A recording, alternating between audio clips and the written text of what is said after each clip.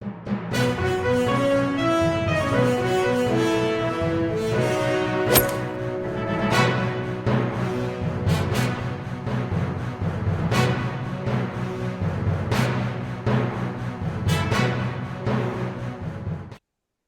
باللہ من الشیطان الرجیم، بسم اللہ الرحمن الرحیم، الحمد للہ رب العالمین، وصلی اللہ علی محمد وآلہ الطیبین الطاہرین۔ ناظرین محترم، سلام علیکم۔ تمام ہمارے جتنے بھی دوست اور احباب اور جو سب ہم سے عمل اور علم سب میں بلند ہیں، اللہ ان سب کو سلامت رکھے۔ بہترین عنوان کا انتخاب ہوا ہے کہ اعمال ماہ رجب کے فلسفے کیا ہیں۔ دیکھیے، جب تک انسان اور خاص طور پر اس زمانے کے جو نئی نسل ہے، وہ جب تک کسی چیز کی وجہ نہیں جان لیتی، فلسفی نہیں جان لیتی، جب تک وجوہات اور اس کے فائدے نہیں سمجھ لیتی، چاہے دنیاوی اعتبار سے ہوں چاہے آخرت کے اعتبار سے ہوں، تو وہ اعمال کرنے کے لیے آمادہ نہیں رہتی ہے۔ لیکن یاد رکھیں،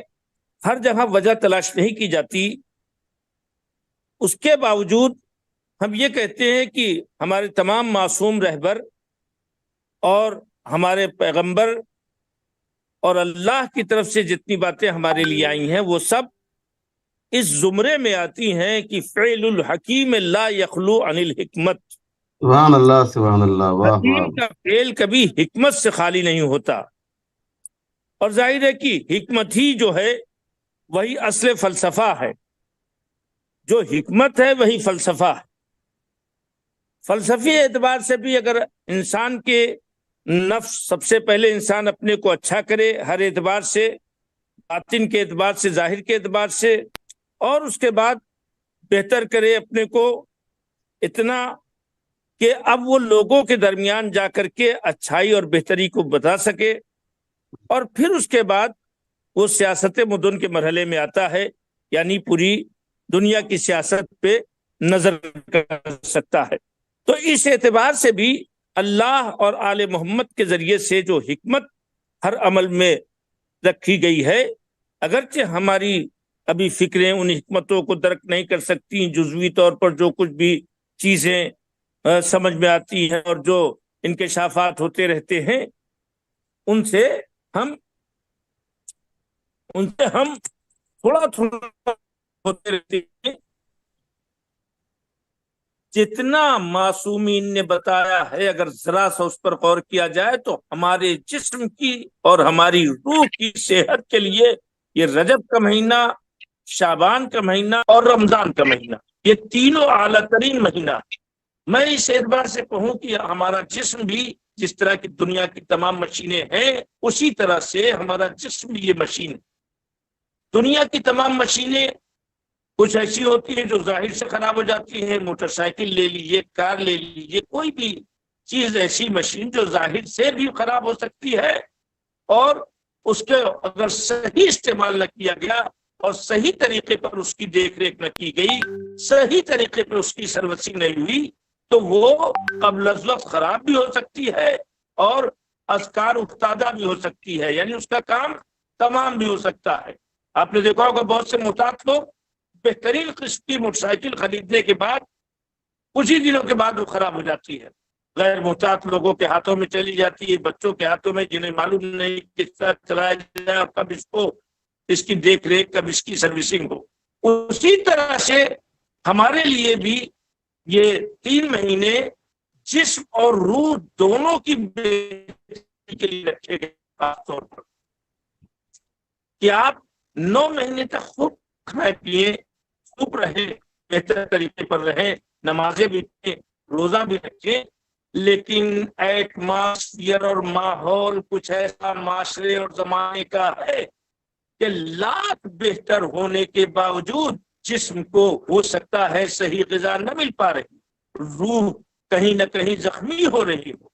معنویت کے اعتبار سے ہمارے اندر طاقت اور قوت کم ہو رہی ہو۔ یہ ہزاروں سال پہلے بھی ایسا تھا اور آج بھی ہے، مگر کل اور آج میں فرق، مجھے اب وقت کم ہے لہذا میں کل کی بات نہیں کروں گا، صرف آج کی بات کروں گا۔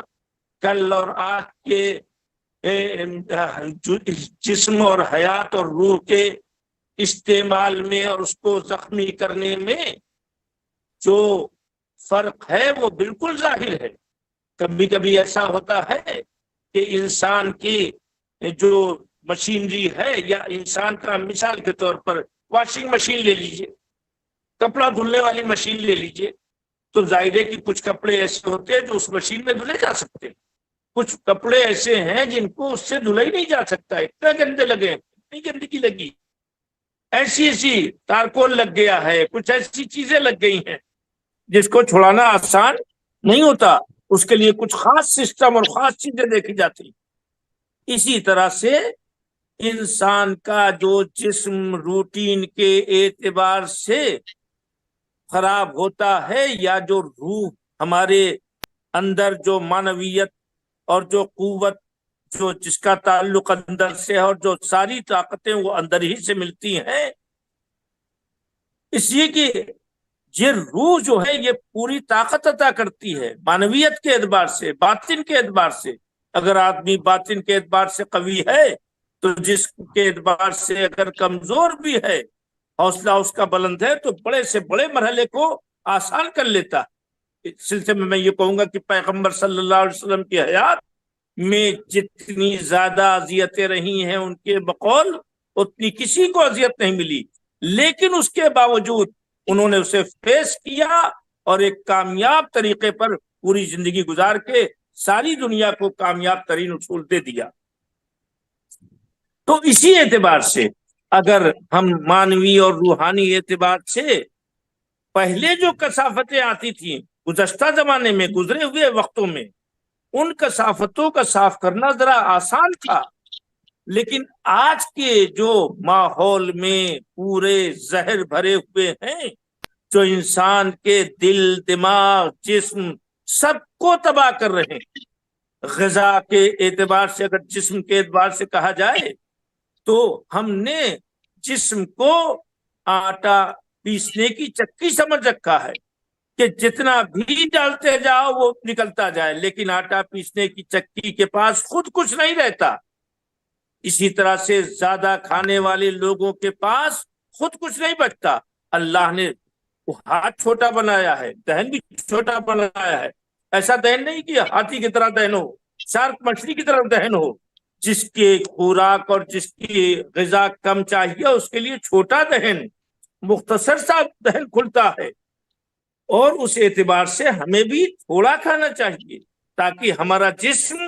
مضبوط رہے اور جسم ایبزارب کر سکے۔ زیادہ کھانے کے نتیجے میں ایبزارب نہیں ہوتا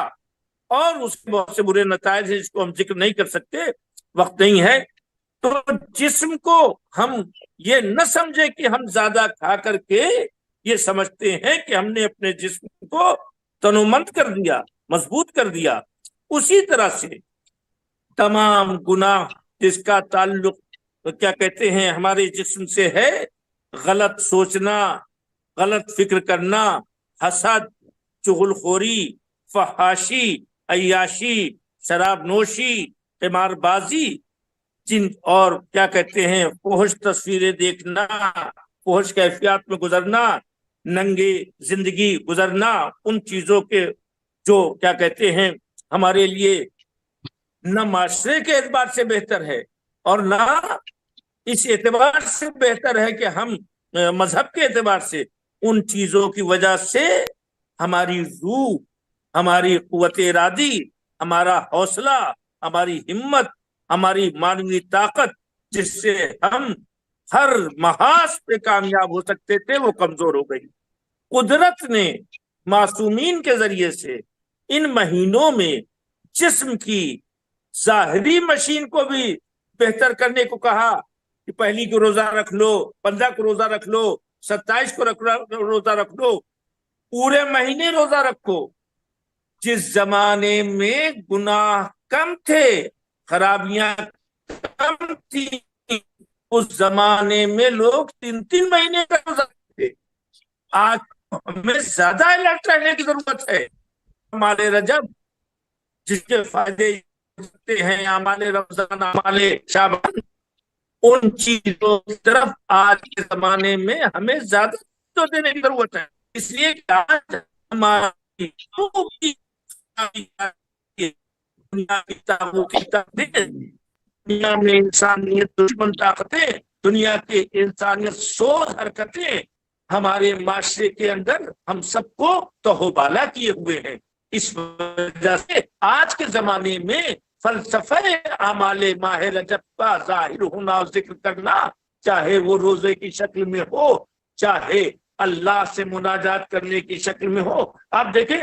کئی اماموں نے پہلی بار رجب کی دعائیں بیان کی ہیں. کسی امام سے کوئی دعا مروی ہے، کسی امام سے کوئی دعا مروی ہے، کسی امام سے کوئی دعا مروی ہے، اور ہر دعا اپنے خاص جہاں پر ایک مقام رکھتی ہے. میں یہاں پر مولانا نفیس صاحب کے تب جو تازہ کرنے کے لیے ایک شعر پڑھنا چاہتا ہوں. رہبر بدل گئے، کبھی راہی بدل گئے، بدلی جو شان جنگ سپاہی بدل گئے. تو حالات جب بدلتے ہیں، یہ بہت بڑا اقدام کیا ہے SNN چینل نے کہ جو اعمال ماہ رجب کے فلسفے کو پیش کر کے ایک راہ نکالی ہے، ایک راستہ ہے کہ نئی نسلوں کو ہم زیادہ سے زیادہ اسلامی شیعی اعمال کو جو معصومین سے وارد ہیں انہیں پیش کریں، ان کے وجوہات حتی الامکان روایت اور قرآن مجید کی روشنی میں اور طبیعت اور نیچر اور عقل کی روشنی میں اور دانشوروں کے کلام کی روشنی میں بیان کریں. تو میں نے عرض کیا کہ یہ رجب کا مہینہ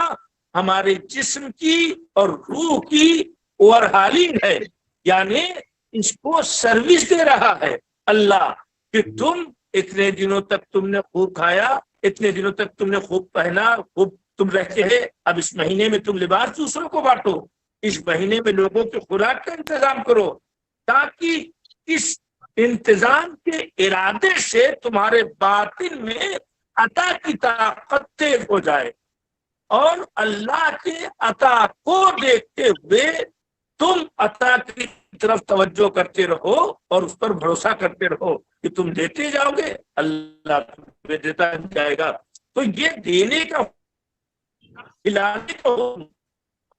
حکم، دعا پڑھنے کا حکم، ان سب میں ہمارے باطن کو قوت ملتی ہے اور ہمارے ظاہر کو قوت ملتی ہے. مگر یہ رجب اور شعبان یہ ہلکے گناہوں کو صحیح کر سکتے ہیں، اور ہیوی گناہ یعنی جو خرابیاں، جو کثافتیں، جو گندگیاں ایسی ہیں جو آسانی سے کسی مشین سے نہیں چھوٹ سکتی، وہ گناہ رمضان میں دھونے کی کوشش ہو، بشرطے کہ رمضان کے روزے اس کے شرائط کے مطابق اور مانوی ارادوں کے اور نیت کے اعتبار سے رکھے جائیں، خوراک کو بھی کنٹرول کیا جائے اور ارادوں کو بھی قابو میں کیا جائے. ایسا نہ ہو کہ صرف فاقہ ہو جائے. تو یہ رجب کے مہینے میں مثلا یہ جو اللہ نے ہمیں توجہ کیا کہ یہ مہینہ رجب کا مہینہ ایسا ہے کہ جس کو ماہ اسد بھی کہتے ہیں. بس میں اپنی بات تمام کرنا چاہتا ہوں، جسے آپ بہت سے مقررین اور خطبات سے سنتے رہتے ہیں. ماہ اسد بھی کہا جاتا ہے. مطلب یہ چھٹے امام فرماتے ہیں کہ اسد کے معنی ہوتے ہیں بھرا ہوا پانی سے کوئی ظرف ہو یا کسی چیز سے بھرا ہوا ظرف ہو تو اسے یک بارگی پلٹ دیا جائے تو سارا پانی اس کا پلٹ جاتا ہے. اللہ رجب کے مہینے میں اپنے تمام دنیا کے لوگوں کے لیے رحمت کو الٹ دیتا ہے. اب یہ ہے کہ جن کا دست دعا بلند ہے، جن کی مانوی طاقت کمزور ہے، وہ اس مہینے میں اس کے ذریعے سے اپنی مانوی طاقت، اپنی شجاعت، اپنا حوصلہ، اپنا ضبط نفس، اپنا تحمل، بردباری کو اور جسم کو بھی اس طرح سنواریں اور اس طرح غذا اور دوسری اقسام کی چیزوں سے اپنے کو دور کریں تاکہ جسم میں جو دنیا سے ہوس گھسی ہوئی ہے وہ ہوس تھوڑی سی کم ہو، اور اس کے بعد انسان رجب کے بعد شعبان میں پہنچے گا، تو شعبان رسول اللہ کا مہینہ، رجب اہل بیت اطہار علیہ السلام کا مہینہ، رمضان اللہ کا مہینہ۔ اب اس موقع پہ خطبہ کے جملے ہیں کہ جب اللہ نے رمضان اپنے لیے لے لیا، رسول اللہ صلی اللہ علیہ وسلم کے لیے شعبان ہو گیا، تو مولا علی نے کہا کہ میرا، تو اللہ نے کہا تیرا رجب، یعنی تیرے لیے رجب کا مہینہ ہے یہ، یعنی مولائیوں کی خوشی کے لیے میں نے عرض کر دیا۔ لیکن ان سب کے باوجود ہم جتنا بھی ماہ رجب میں روزہ رکھیں گے، جس قدر بھی ہم دعاؤں کے، اور میری یہ گزارش ہے کہ جتنے لوگ بھی دعا پڑھیں رجب کی، خاص طور سے عوام الناس کے سامنے، وہ سب ترجمہ ضرور بیان کریں، اور جو ترجمے لکھے ہیں ان ترجموں کو اور اردو کو آسان بنا کے ترجمہ پیش کریں، تاکہ ان لفظوں کے اندر بھی ایسی کیفیتیں ہیں جس سے جوانوں کو ماہ رجب کے اعمال کے فلسفے کا ادراک ہو جائے گا، فلسفہ سمجھ میں آنے لگے گا کہ بھائی اب اچھا ظاہر ہے کہ یہ تو صحیح ہے کہ جو بغیر سمجھے بھی کر رہا ہے لیکن کر رہا ہے، ارادے کے اعتبار سے اس کو فائدہ ملے گا۔ جیسے سیب کھانے والا ڈاکٹر بھی ہے جو جانتا ہے کہ سیب میں کتنی طاقت ہے، تو اس کو بھی سیب طاقت پہنچاتا ہے، اور ایک جاہل جس کو نہیں پتا اس کو بھی طاقت پہنچاتا ہے۔ تو اسی طرح سے ہمارے درمیان جو لوگ دعائیں پڑھتے ہیں معنی نہیں جانتے، ان کو بھی فائدہ ملتا ہے، لیکن روحانی طاقت اس وقت بڑھتی ہے جب انسان اس کے اندر ڈوبتا جاتا ہے۔ ہمارے معاشرے میں اس وقت اتنی زیادہ کثافتیں آ گئی ہیں، اتنی زیادہ گندگیاں آ گئی ہیں کہ اگر اہل عمل، میں علماء کا نام نہیں لے رہا ہوں، اس لیے کہ نیکی کی ہدایت کرنا، برائی سے روکنا صرف علماء و خطبہ اور ذاکرین کا کام نہیں ہے، ہر آدمی کے اوپر واجب ہے۔ اگر کوئی بھی مومن اور مسلمان مولائی ہے تو اس پر لازم ہے کہ ہر جگہ فلسفے جو اسلام کے بیان کیے گئے ہیں اسے ڈھونڈے، اس پر غور کرے، اس پر ٹائم دے، وقت دے، اور اس کو پیش کرے، تاکہ جوان نسل کی روح، جسم کو ماحول کے زہر سے بچایا جا سکے۔ دیکھیے ایک زہر وہ ہوتا ہے دے دیا فوراً آدمی مر گیا، ماحول کا زہر وہ ہے جو دھیرے دھیرے اثر کرتا ہے اور پھر انسان مانوی اعتبار سے مر جاتا ہے۔ کبھی کبھی دیکھا گیا کہ ایک آدمی بہت زیادہ نمازی سب اور تمام نمازیں پڑھ رہا ہے، پھر اچانک سب چھوڑ دیا۔ یہ کیوں؟ اسی کی اوور ہالنگ جو رجب و شعبان اور رمضان میں ہوتی ہے اس کی طرف توجہ نہیں دی گئی۔ عورتوں میں جو 3 مہینے روزے رکھے جاتے تھے کہ بھائی ان کے اوپر کچھ دن میں روزہ ایسا ہوتا ہے جو کیا کہتے ہیں منع ہے رکھنا، لیکن اس کی